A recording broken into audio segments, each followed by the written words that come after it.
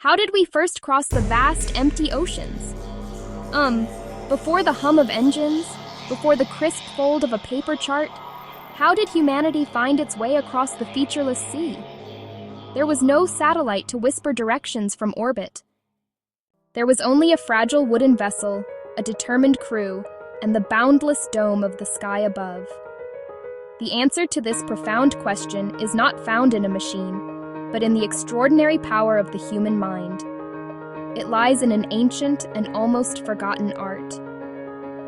It is a story of watching, remembering, and of remarkable trust. These early seafarers were not simply drifting on a whim.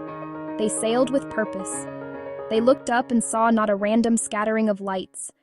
The sea offers no landmarks, no familiar trees or hills to mark a path. It is a world of constant motion, of shifting blues and grays. In this world, the only constants were the celestial bodies, the sun, the moon, the distant glittering stars. This was a skill born of necessity, honed over countless generations, and passed down through stories and songs whispered on the deck of a rolling ship. Imagine the scene. A hand-carved ship, perhaps a Phoenician galley, with its single square sail, glides through the dark waters of the Mediterranean. The air is cool, filled with the scent of salt and damp wood.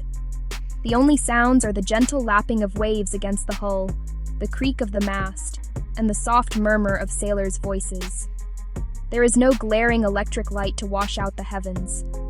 The sky is a deep, profound black, dusted with the brilliant, sharp light of thousands of stars. For these sailors, this was not just a beautiful view.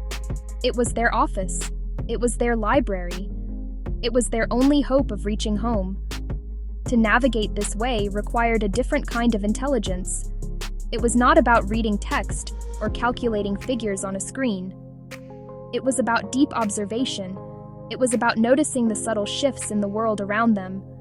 It was a sensory experience, a dialogue between the sailor and the sea, the wind and the sky. For sailors in the Northern Hemisphere, one star was paramount, Polaris, the North Star. It appears to hang almost motionless in the sky while all other stars circle around it. When the first light of dawn broke across the horizon, the stars would fade and a new guide would take their place, the sun. The sun's daily journey across the sky is one of the most fundamental rhythms of our planet. For the ancient sailor, this rhythm was a powerful navigational tool. At its most basic, the sun provided the cardinal directions. It rises in the east. It sets in the west. A sailor leaving a harbor could keep the rising sun behind them to travel west, or keep it to their left to travel north. The sun's path also gives information about latitude. At midday, the sun reaches its highest point, the meridian transit. The sun's height at noon changes with location and season. Navigators measured that angle with a cross staff, or simply by the length of a shadow. From that, they judged how far north or south they were. Sailing west while keeping noon sun height steady meant following a line of latitude. The shortest shadow happens at local noon. Sailors marked it on the deck as a north-south reference.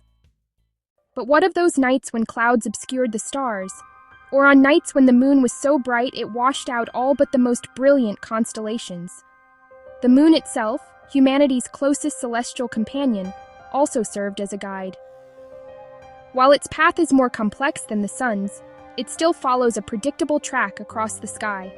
Like the sun and stars, it rises in the east and sets in the west. On a cloudy night, a glimpse of the moon's position could reorient a navigator and confirm their heading. The phases of the moon, a delicate crescent, a brilliant full disk, and back again, provided another layer of information. This cycle, roughly a month, was a natural calendar. A navigator could note they departed on the third day after the new moon. By tracking the phases, they kept a rough count of days and weeks. This was vital for estimating how much food and how much water remained. The light of a full moon could be almost as useful as daylight. It illuminates the sea, revealing wave texture and swell direction. These ocean swells are long, rolling waves that can travel thousands of miles from the storms that created them.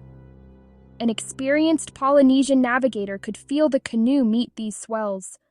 Knowing the prevailing swell direction, they could hold course on overcast nights, using the feel of the water beneath them, guided by the moonlight that made it visible. Many ancient cultures mastered this celestial art. The Vikings, in their iconic longships, raided and explored from Scandinavia to North America. The Polynesians, in their magnificent double-hulled canoes, settled the vast remote islands of the Pacific Ocean, a feat of navigation that still astounds us today. The ancient Greeks, like Odysseus in the epic tales, sailed between islands and founded colonies across the sea. These were not isolated pockets of genius. Wherever people met the ocean, they looked to the sky for answers. Their knowledge was hard-won, earned through centuries of trial, error, and immense courage. This knowledge was held with great respect. It was not something that could be learned quickly from a book. It was a living tradition. An experienced navigator was one of the most important people on any voyage, a figure of immense authority and trust. They carried the map not in a leather pouch, but within their own minds. They could gaze at the stars and see the invisible pathways that stretched across the water. The tools they used were extensions of their own senses. Sometimes it was a simple device, like a notched stick. The Arabs developed the kamal. But for many, the primary instruments were their own hands, their fingers, and their incredibly well-trained eyes. They could measure angles using the span of their hand. They built a mental picture of the sky as reliable as any chart. They were masters of observation, conducting an orchestra of natural clues. It was a fluid and adaptive science. Memory was the score. A chant might describe a journey by listing the sequence of stars to follow. They read watercolor, floating seaweed, fish, and the flight of seabirds that signaled land. Today we cross the oceans in a matter of hours or days. Our ships and planes are guided by the cool, precise logic of the global positioning system. A screen displays our location with an accuracy that would have seemed like magic to our ancestors. We have wrapped the planet in a web of invisible signals. In doing so, we have made the world smaller and safer for travelers. But in finding this solution, perhaps we have lost something else. We have lost the need to look up. We have outsourced the art of navigation to machines. The intimate, sensory connection to the world is no longer required.